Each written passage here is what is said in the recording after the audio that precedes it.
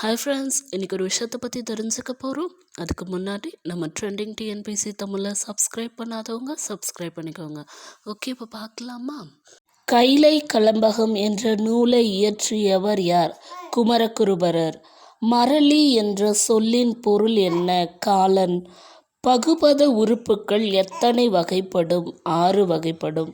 ஊசிகள் என்ற நூலை எழுதியவர் யார்? மீரா.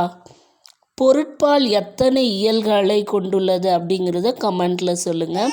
ஓகே, அடுத்து பார்க்கலாம். தமிழோவியம் என்ற நூலின் ஆசிரியர் யார்? ஈரோடு தமிழன்பன். கிரேக்க மொழியின் தொன்மையான காப்பியம் எது? இலியாத். ஓரெழுத்து ஒரு மொழியில் இடம்பெற்றுள்ள சகர வரிசை எண்களின் எண்ணிக்கை 4. சங்க இலக்கியத்தில் ஏறு தழுவுதல் பற்றி கூறும் நூல் எது? கலித்தொகை. தமிழர் சமுதாயம் என்ற நூலை எழுதியவர் யார்? தமிழொலி. Okay friends, bye, take care. Please subscribe and support friends. மறக்காமல் உங்கள் ஃப்ரெண்ட்ஸ் எல்லாருக்கும் ஷேர் பண்ணுங்கள், கமெண்ட் பண்ணுங்கள். மறக்காமல் குரூப் எக்ஸாம்ஸ் படிக்கிறவங்க எல்லாருக்கும் ஷேர் பண்ணிவிடுங்க. தேங்க்யூ.